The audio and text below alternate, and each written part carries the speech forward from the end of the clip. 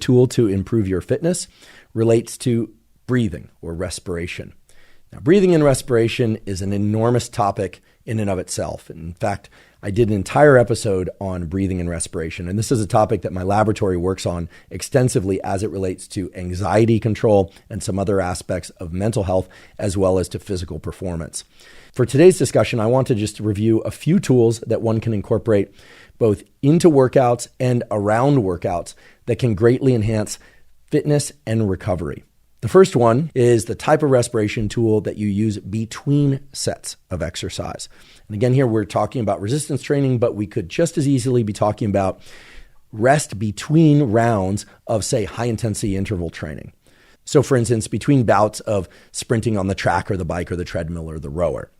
A great pattern of breathing to incorporate during rest between sets is something that I've talked about before in other contexts, which is the physiological sigh. The physiological sigh is a deep inhale through the nose to maximally or near maximally inflate your lungs, and then a second very brief inhale, and it's necessarily brief because your lungs are already pretty full, to maximally inflate your lungs and to make sure that any of the little sacs, the little alveoli of your lungs that have collapsed during the exercise exertion will reinflate.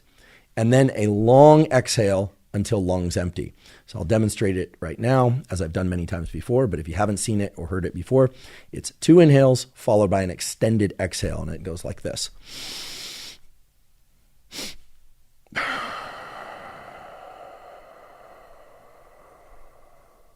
You'll notice that the inhales were through the nose and the exhale was through the mouth. That's the ideal way to do it for a number of reasons.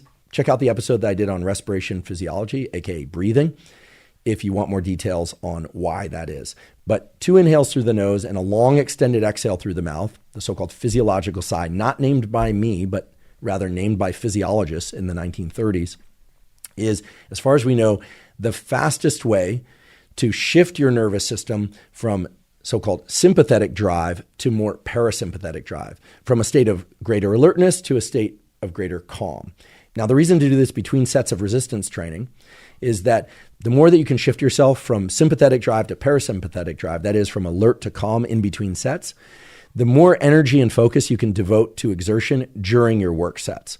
Okay, so one way to do this that's very convenient and very effective is to consider the last repetition of your set a physiological sigh, which is not to say, okay, I want to be very clear, which is not to say that you should do the physiological sigh during your set. In fact, I recommend you do not do that, but rather if you're doing 6 repetitions of a given exercise and you, let's say, fail on the 6th, or you do that 6th repetition and you're just close to failure, because again, your work set should be to failure or close to it most of the time, then set down the weight, and then you're going to do the next repetition as the physiological sigh, meaning you're not going to do the movement. You're going to think of doing a physiological sigh as the last repetition of every set, not during the last repetition of the resistance training movement, okay? So the physiological sigh is something you do at the beginning of the rest period immediately following a set. If you'd rather think about it that way because it's more convenient than thinking about it as the last rep of a set, be my guest, whatever works for you. But what you'll quickly find is that if you do a physiological sigh right after completing your last repetition, you'll calm down much more quickly, your heart rate will come down more quickly, and you'll recover more completely in whatever designated rest period you've allowed yourself, whether or not it's 30 seconds, which would be very short, frankly, or it's a 5-minute period of rest between sets. If you do just one physiological sigh at the beginning of the rest period, you are going to effectively shift your nervous system in the direction you want it to go during those rest periods.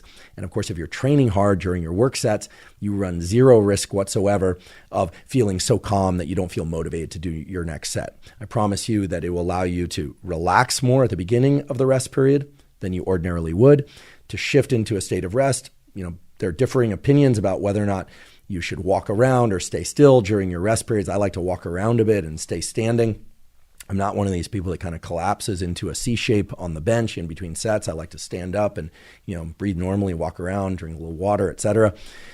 In any case, doing a physiological sigh at the beginning of each rest interval between work sets of resistance training is a very effective way to enhance your focus and your output during your work sets. Now, the last respiration tool to improve your fitness is, again, a tool gleaned from the discussion with Dr. Andy Galpin, and that's to include a 3 to 5 minute period at the end of every single workout. So it doesn't matter if it's high intensity interval training or it's resistance training or it's a long run of some sort.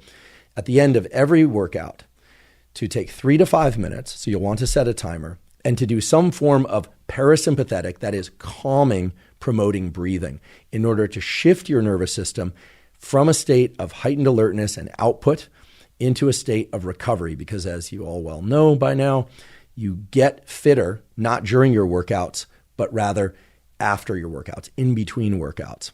So you stimulate the adaptation during a workout, but you get the adaptation, you get the actual improvement in between workouts. And a common mistake that many people make, and I made this mistake for years, was to finish a great workout and then you're texting on your phone or you're talking on the phone or you're driving home. It's certainly not as intense as the workout that you just did. Maybe you're even feeling really calm from a nice long jog, or you had a particularly good workout that day and you're feeling really happy. So you're enjoying the high, so to speak. Well, when you do 3 to 5 minutes of what's often called down regulation breathing, after a workout, it allows you to recover and to induce the adaptation that you've been after, the one that you actually trained for, much more quickly. I can't tell you how many people I know who start to incorporate this into their workouts find that they recover far better from their workouts, which might seem a little bit surprising. Why would it be that just 3 to 5 minutes of some activity would enhance recovery to such a great degree? And that's because typically people don't bookend their workouts. They finish their workouts, and of course, they're not continuing to lift weights or run, but they move about their day and their life, even if it's preparing a meal, in a way that the level of stress, and therefore stress hormones, things like cortisol, adrenaline, things that, by the way, are excellent to elevate during a workout, things like inflammatory markers, which, by the way, are great to enhance during a workout. That actually happens during a workout. You have a massive increase in inflammatory markers, which might seem bad, but all of those things are enhancing the adaptation that you're seeking. But as soon as those workouts end, you want to shift into recovery mode. And this 3 to 5 minutes of down regulation breathing is a terrific way to do that. There are a couple different patterns of breathing that will work best, but all of them emphasize exhales. Okay, I want to repeat that. All of them emphasize exhales. So for instance, you could just choose slow, deliberate breathing. How does that emphasize exhales? Well, ordinarily when we breathe, we inhale actively and we exhale passively.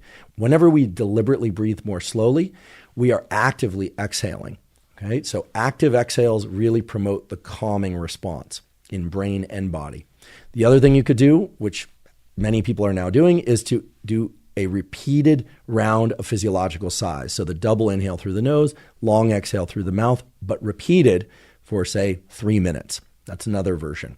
The other thing you could do is simply to notice your exhales and to emphasize your exhales, make them longer and more vigorous than your inhales. Now, you don't want to turn this into a breathwork session where you're doing, pranayama or kundalini breathing or something of that sort. The idea is to calm down. So anytime you're extending your exhales, you're actively exhaling, you're trying to slow your breathing down overall, you're going to shift yourself in the right direction. So rather than complicate this type of tool, the best thing you can do is just focus on those exhales, slow your breathing overall, use physiological sighs if you want, or simply sit in your vehicle, or if you have to, drive home while doing this extended exhale type of down regulation. Ideally, you would take a couple of minutes and just shift your whole system by not driving, closing your eyes and just sitting in your car, stationary, of course. Don't drive with your eyes closed or bike with your eyes closed. Just simply calm down, extend your exhales, and shift from